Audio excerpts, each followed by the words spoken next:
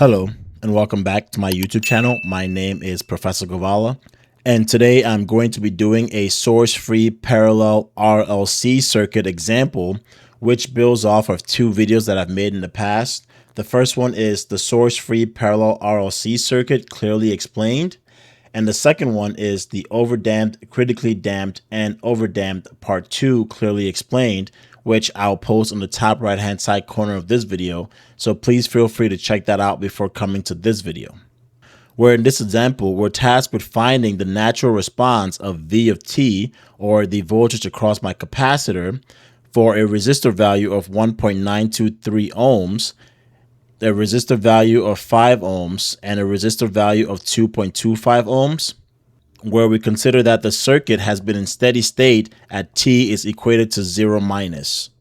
To better understand what this bullet point means, I say then that this circuit has been at this position where my switch here is closed for a long period of time, and essentially the voltage across my capacitor here has charged up, or we call it reach steady state.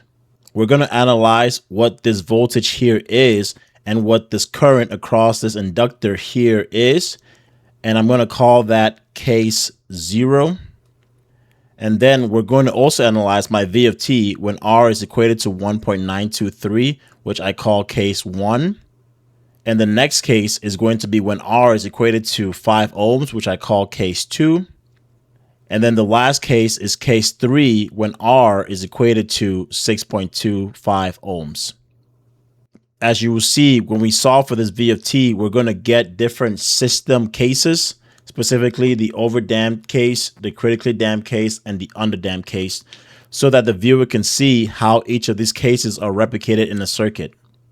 Similar to my past examples, I encourage the viewer to pause the video, see if they can solve the problem, and then come back to the video and see if they received the correct answer.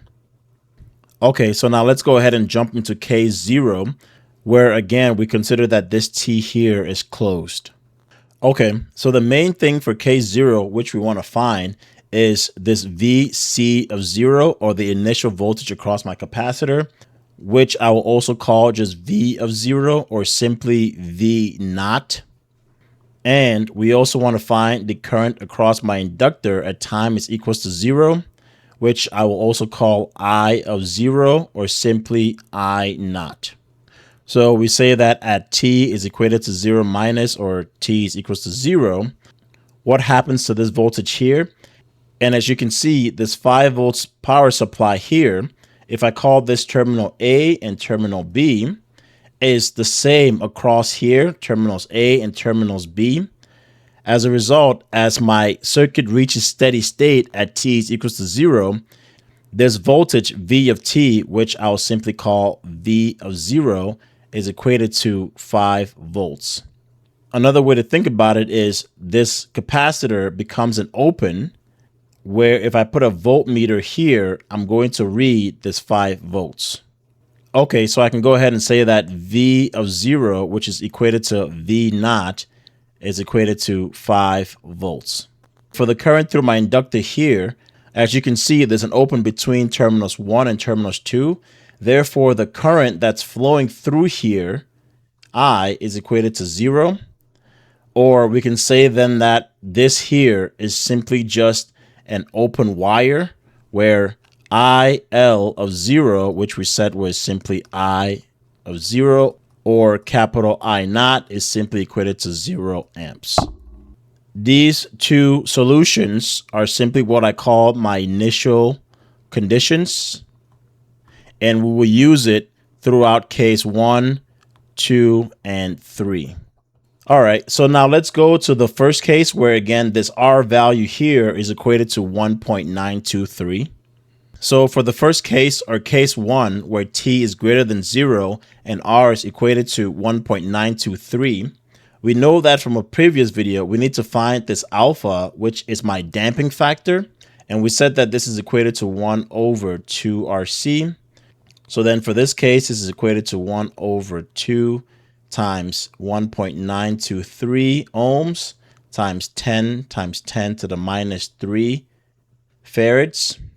This is equated to 26. And we want to find this omega naught, which is my undamped natural frequency. And this is equated to 1 over the square root of LC of simply 1 over the square root of 1 Henry times 10 times 10 to the minus 3 farads, which is equated to 10 radians per second. I forgot to mention, but alpha is 26 nappers per second. Now, since we have a case here where alpha is greater than omega naught, we say that we get the overdamped response. So the overdamped response, where we have the roots or the natural frequencies S1, S2 equated to this minus alpha plus a minus the square root of alpha squared minus omega naught squared. So this becomes minus 26 plus a minus the square root of 26 squared minus 10 squared, or simply minus 26 plus a minus 24. So this means that S1 is simply equated to minus 2 and S2 is simply equated to minus 50. So given that this is an overdamped response, from a previous video, we said that the natural response V of t is therefore equated to A1 e to the minus 2t, where the minus 2 is the S1, plus A2e to the minus 50t, again, where minus 50 is my S2. Let me go ahead and call this equation 1. And the reason why I'm labeling this equation is because throughout this video, I will be referencing past equations, so please make sure to keep a note of this. Now, to find A1 and A2, we need to use our initial conditions, which we found in the previous slide. And we know that the first initial condition, V of 0, is simply equated to 5 volts. So then we can say that this is A1 e to the minus 2 times 0 plus A2 e to the minus 50 times 0. E to the 0 is simply 1, so both of these go to 1. As a result, I can rewrite this equation and say that A1 plus A2 is equated to 5. Let me call this equation number 2. The second initial condition which I need is the change in my voltage across my capacitor over the change in time, so dVO over dt.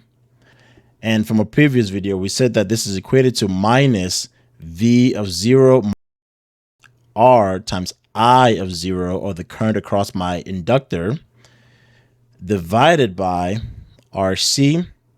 So as you can see, this is equated to minus V of 0 is 5 minus R, which is this 1.923, times I of 0 we said was 0 amps, divided by 1.923 times 10 times 10 to the minus 3, which is simply equated to minus 260. In order to find out where to place this value in, we take the derivative of this equation number 1. So we say then that dV of t over dt is simply equated to, the derivative of this first term is going to be minus 2a1 e to the minus 2t minus 50a2 e to the minus 50t. So if I plug in 0 in for t, dV of 0 over dt is simply equated to minus 2a1 e to the minus 2 of 0 minus 50a2 e to the minus 50 of 0. And we say this is equated to minus 260. Similarly, e to the 0 here is 1, e to the 0 here is 1. Therefore, I can say then that minus 2a1 minus 50a2 is simply equated to minus 260. Let me call this equation here equation 3. As you can see, we have two equations, equation 2 and equation 3, and two unknowns, a1 and a2. So let's go ahead and write a systems of equations to solve for this. In order to do that, I'm going to go ahead and scroll down just a tad bit so we have more room while still keeping equation 1 and 2 and 3 on the screen. what I'll do is I'm going to rewrite equation number 2. So a1 plus a2 is equated to 5. And I'm going to rewrite equation 3. So minus 2a1 minus 50a2 is equated to minus 260. If I go ahead and multiply this equation number 2 by a value of 2, I'm going to get here 2a1, 2a2, and this equating to 10. So let me go ahead and get rid of this 2. So if I equate this and I add them up, as you can see, my a1 terms cancel out. So then I'm left with minus 48a2 is equated to minus 250. Therefore, a2 is equated to 5.208. If I then use equation 2, I can say then that a1 plus 5.208 is equated to 5. Therefore, a1 is equated to minus 0.208. So then finally, I can therefore say then that the natural response of this overdamped case, V of t, is simply equated to minus 0.208 e to the minus 2t plus 5.208 e to the minus 50t. And so this concludes case number 1 for this video. But what I'm going to do at the end of the video is I'm going to graph this function and draw some conclusions about it in comparison to the next 2 cases, case 2 and case 3. And the graphing will be done in Desmos, where this function here will be graphed in red. Just a quick thing I forgot to mention, this is in volts. So now let's go ahead and move on to case number 2, where t is greater than 0 and my R is equated to 5 ohms. So for this case number 2, we do the same thing. So we find our damping factor alpha, which is equated to 1 over 2 RC.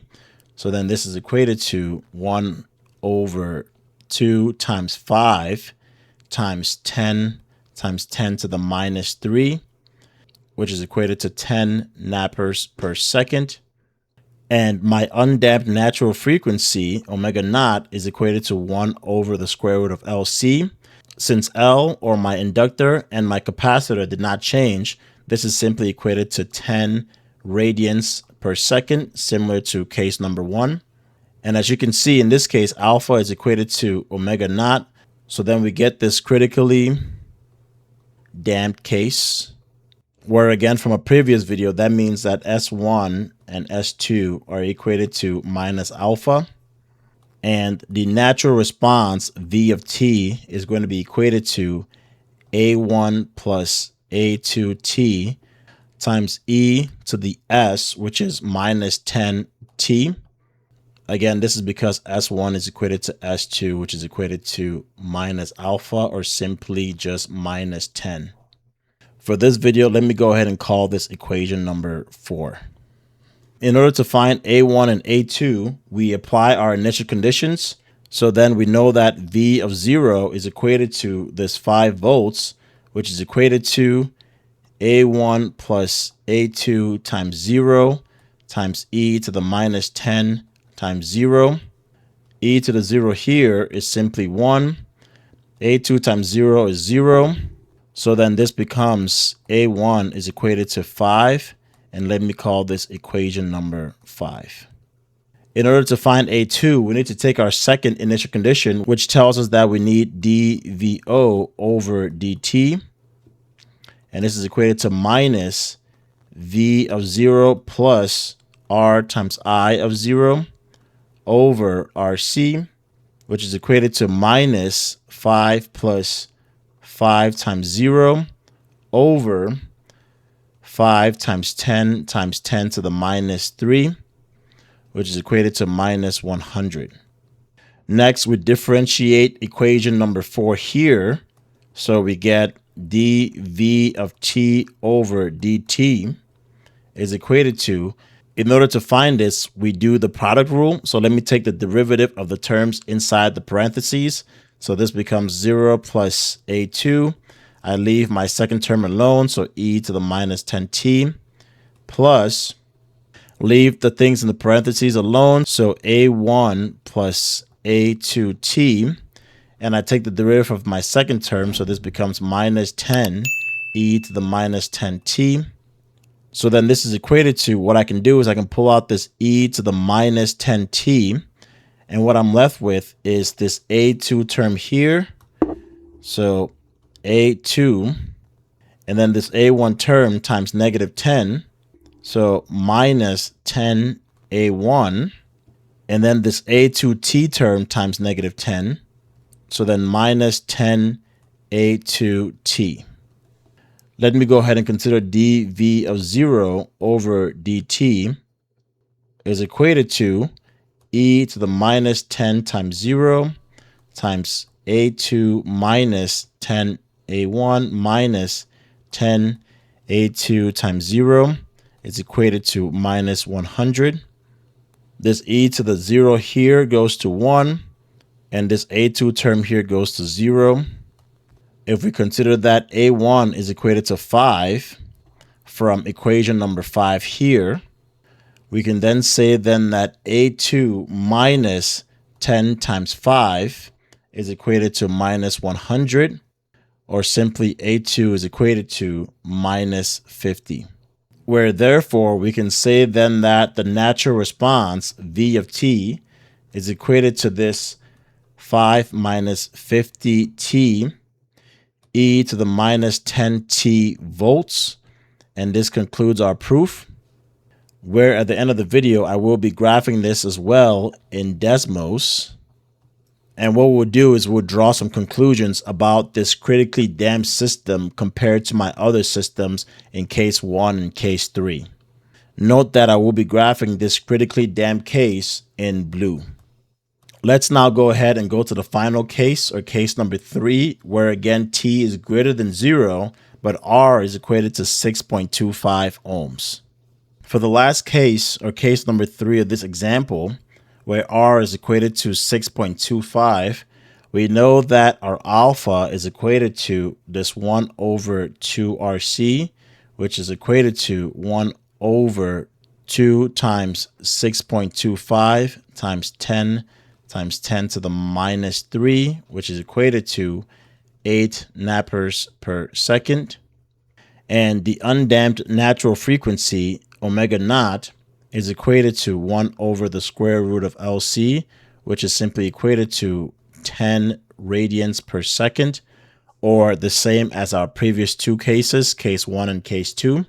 And since alpha is less than omega naught, from our previous video, we stated that the natural response in this case is an underdamped case, where S1 and S2 is equated to this minus alpha plus or minus the square root of alpha squared minus omega naught squared.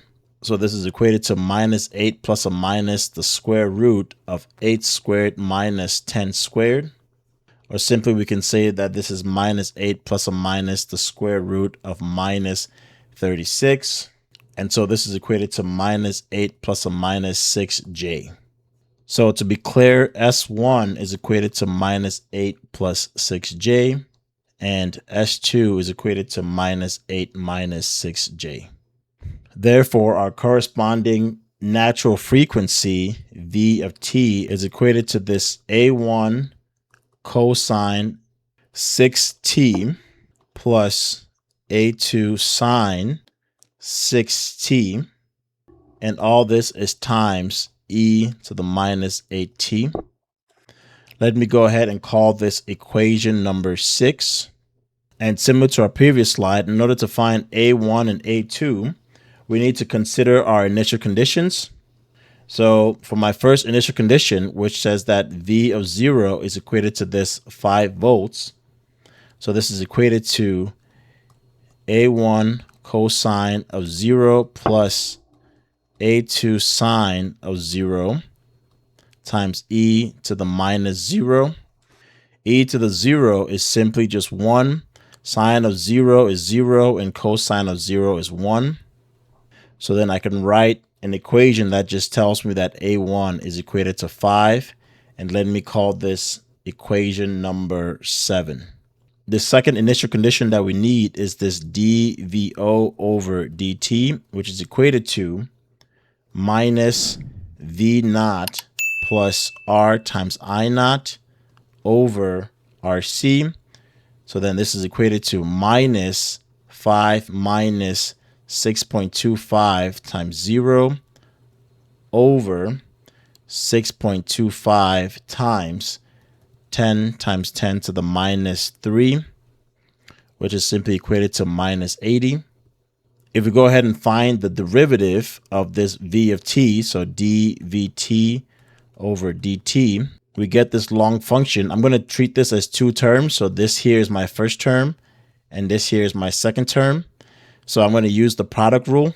So the derivative of the first term is going to be minus a1 sine of 6t times 6 plus a2 cosine of 6t times 6 times, I'm going to leave my second term alone, so e to the minus 8t. And then all this is added to, I'm going to leave my first term alone now, so a1 cosine 6t plus a2 sine 6t times, I'm going to take the derivative of my second term, so e to the minus 8t times minus 8. Since I'm running out of room, I'm going to scroll down, but I'm going to keep equations 6 and 7 on the page. In order to simplify this derivative of my natural response, I can say that this is equated to, let me pull out an e to the minus 8t, and then times, I'm going to write this term here first, so 6 a2 cosine 6t. Then I'm going to write this cosine term here multiplied by this negative 8. So minus 8 a1 cosine 6t. And then let me write the sine term next here. So minus 6 a1 sine 6t. And lastly, let me write this term here times this negative 8. So minus 8 a2 sine of 6t. If I then take that dv of 0 over dt is equated to this minus 80. So this is equated to e to the 0 times 6 a2 cosine of 0 minus 8 a1 cosine of 0 minus 6 a1 sine of 0 minus 8 a2 sine of 0. Sine of 0 is 0. Sine here of 0 is 0. Cosine of 0 here is 1. And cosine of 0 here is 1. And e to the 0 here is 1. So I'm left here with minus 80 is equated to 6a2 minus a1. If you consider that a1 is equated to 5, according to equation number 7 here, then we get that a2 is equated to minus 80 plus 8 times 5 over 6. If you do the math on this, you get minus 6.66 repeating, which I'll just call minus 6.67. And therefore, my natural response, v of t, is equated to this 5 cosine 6t minus 6.67 sine of 6t times e to the minus 8t in volts. And this completes the proof for this case number 3. Similar to the two previous cases, I'm going to go ahead and graph this as well in Desmos, so that we can analyze all 3 of the cases. And for this case number 3, the natural response v of t will be in green.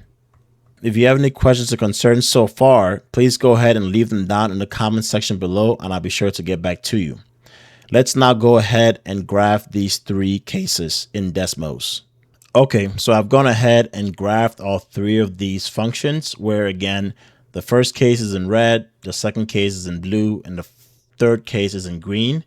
And as you can see, it starts off here at this 5. So anywhere before t is equals to 0, we're actually going to get a steady state here of 5 volts.